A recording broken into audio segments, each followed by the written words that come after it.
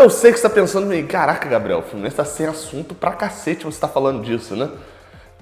Na verdade não tá não, tá mais ou menos, né, esse período de paralisação de jogo, mas achei interessante o debate, e seja bem-vindo, você guerreiro, você é torcedor de São Paulo, de repente tá vindo assistir isso daqui, né, quem sabe, do Atlético Paranaense, sinta-se como visitante, não sinta-se em casa nunca que a casa tricolor, mas sinta-se como um visitante bem recebido.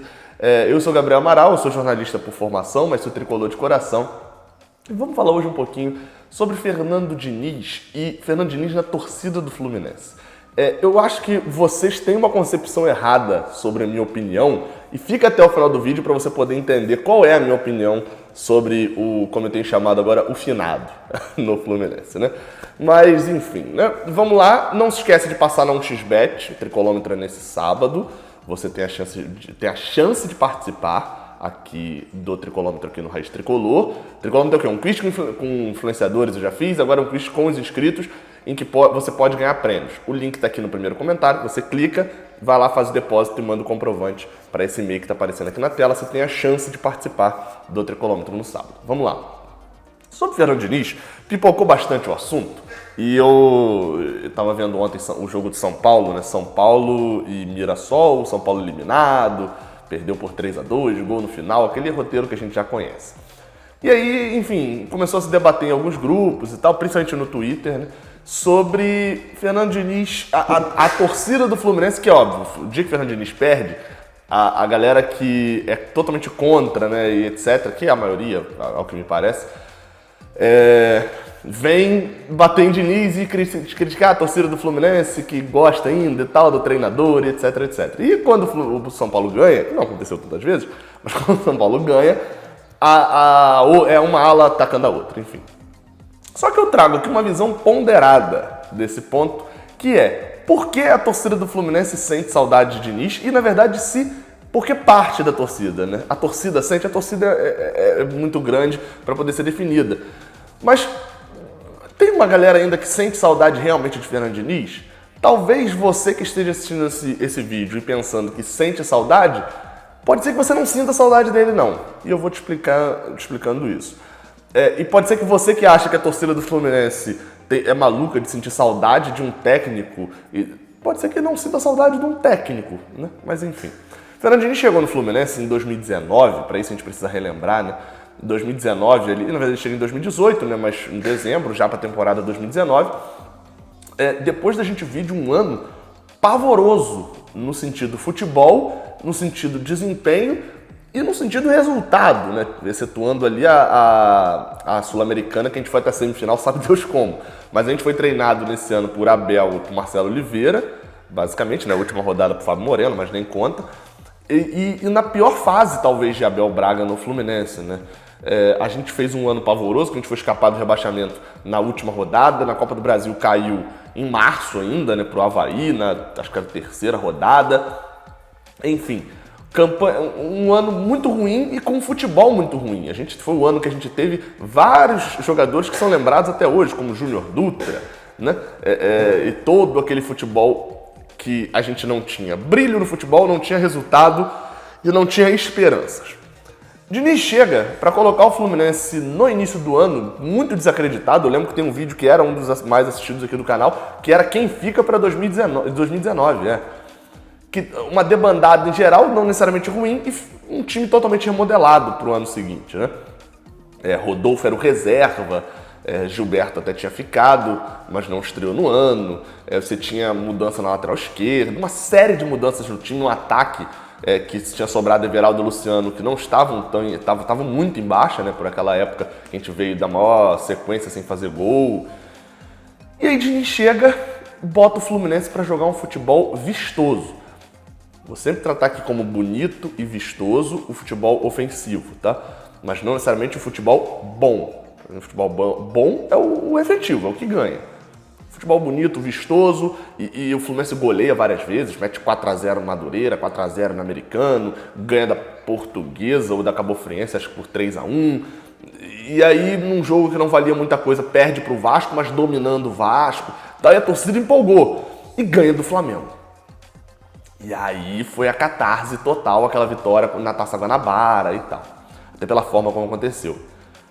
Ou seja, uma torcida muito machucada de anos e anos sendo coadjuvante, tendo o pior time e etc. De repente você tem um time mais barato, mais fraco, montado de um catadão e que ganhou do time que no final do ano ia bater campeão da Libertadores, campeão do Brasileirão.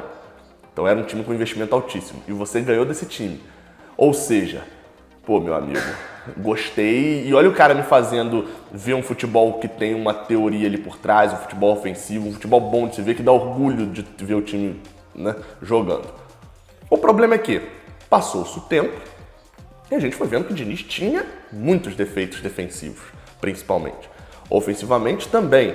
Óbvio que quando você você força muita ofensividade, a sua defesa fica exposta. E a gente tomou muito gol de bola aérea e contra-ataque. A bola aérea não tem uma explicação, mas contra-ataque é bem óbvio. Óbvio que quando você força muito no ataque, você tem muitas chances de gol e finalizações. Aí você vai falar, nossa, Gabriel, mas os finalizadores do Fluminense eram horrorosos. Concordo. Johnny Gonzalez, Luciano e Everaldo eram as esperanças de gol do Fluminense. E pelo amor de Deus, né? A gente sabe que, e eles até saíram ainda em maio, né? A gente sabe que eles não são, a finalização não é a melhor qualidade deles. Porém, houve o desmonte, o time de Fernando Diniz perde força ofensiva e os problemas que ele tem para montar esse esquema maravilhoso da posse de bola, que nem foi um dos maiores problemas dele, o problema de toque no goleiro e tal, ele tomou um gol por causa desse problema de bola no goleiro, foi o gol de Agenor. A galera levou para esse ponto como se fosse, oh meu Deus, né, o maior problema. Não é o próprio problema dele. O próprio problema de Diniz era a dificuldade para saída de bola. A saída de bola era lenta, era no troca de passes, tentando atrair o adversário, mas você nunca atraía porque o toque de bola era lento, tinha esse problema na saída de bola, e a recomposição defensiva. Quando perdia a bola no ataque, quantos gols a gente não vai lembrar da gente tomando de contra-ataque? Ou seja, Fernando Diniz trouxe um modelo de futebol que tinha imperfeições, mas que era algo diferente do que a gente não via há muito tempo. Muito tempo que a gente não via o Fluminense sendo protagonista, ainda mais com um time mais fraco. Ou seja, quando o Diniz é demitido, muitos torcedores ainda estavam naquela de, cara, eu queria que ele ficasse porque isso ia dar certo, esse é o ideal, esse é o que é a nossa salvação, e etc. E do outro lado, a galera, meu amigo, ele tá no Z4, a gente vai ser rebaixado, a gente vai jogar bem na Série B. Nunca que esse cara vai dar certo, nunca deu certo em lugar nenhum. E no caso, os dois estão certos.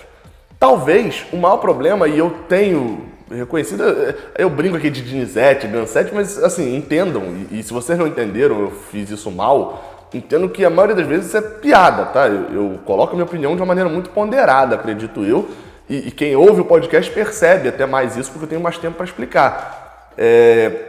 Eu sempre falei aqui, eu queria muito que o Diniz desse certo. Eu gosto daqueles valores, daquele jeito de futebol. Eu gosto muito, gostaria que aquele valor desse certo. Mas o Diniz não sabe fazer isso. Ficou provado isso, de que ele ainda precisa aprender para ser treinador nesse ponto. E está provado com os resultados do São Paulo. Porém, por que a torcida do Fluminense continua querendo esse cara de volta? Né? Diz o tricolor que odeia Diniz. Porque é o ideal. O ideal de você relembrar como é ser o protagonista, que a gente não viu nem em 2012, confundem-se muito. Eu fiz sessão memória aqui do 2012, revi todos os melhores momentos e o Fluminense na maioria das vezes era o coadjuvante no jogo. Ele fazia o gol, ganhava, mas ele não dominava. A gente não viu o Fluminense fazendo isso, a gente viu em 2010. Em 2010 eu revi os melhores momentos todos agora e realmente o Fluminense mandava no jogo, quem ditava o ritmo era o Fluminense. Há 10 anos que a gente não tem isso praticamente, tem um lampejo ou outro. A torcida do Fluminense sente saudade. E aí Fernando Diniz surge como um dos maiores expoentes do negócio, mas com muitas falhas. A torcida do Fluminense que quer Diniz de volta, você que odeia Fernando Diniz, etc., entenda isso. A maior parte da torcida do Fluminense que quer Fernando Diniz de volta, não necessariamente quer o treinador Fernando Diniz de volta. Quer um treinador com um ideal parecido. Com um ideal de posse de bola, ofensividade, transição, de domínio e de ser o principal. Não necessariamente quer esse cara de volta. E você, torcedor do Fluminense, que quer Fernando Diniz de volta, Vale a pena, vale uma reflexão sua. Você quer o Fernando Diniz de volta, o cara que tem extrema dificuldade para defender, o cara que conseguiu pouquíssimos resultados na carreira, vive de lampejos de futebol, né? Tipo, a gente vai lembrar aqui de 4 ou 5 vitórias épicas, mas não teve as vitórias normais, né? Toda vitória com o Diniz era épica, era Grêmio, Flamengo, Atlético Nacional, Cruzeiro. Teve poucas vitórias como contra o Internacional dentro de casa, né? Em que você ganha, só ganhou, protocolar e tal. Você sente saudade desse cara ou você sente saudade do protagonismo do Fluminense? Defenda porque Diniz deveria voltar. Porque se a sua defesa for, eu quero ver o Fluminense jogando pra frente, jogando bonito, jogando de uma maneira em que ele é o principal, etc., talvez você possa refletir de que deve ter outros treinadores que têm essa mesma filosofia e que sabem defender mais, como muitos sul-americanos. Enfim, cabe essa reflexão, que eu sei que é uma discussão muito grande na torcida e que acho que, se você assistiu isso aqui até o final, você sendo contra ou sendo a favor, você pode ter tido uma reflexão aí e pode ter mais argumentos na sua discussão. Enfim, hoje, finalmente, talvez eu publique o vídeo falando das dívidas, né, que eu gravei na semana passada, não tive como publicar, já está editado tudo só para publicar, mas não publiquei ainda. Mas vamos ver se sai hoje. Saudações tricolores, até a próxima. Valeu!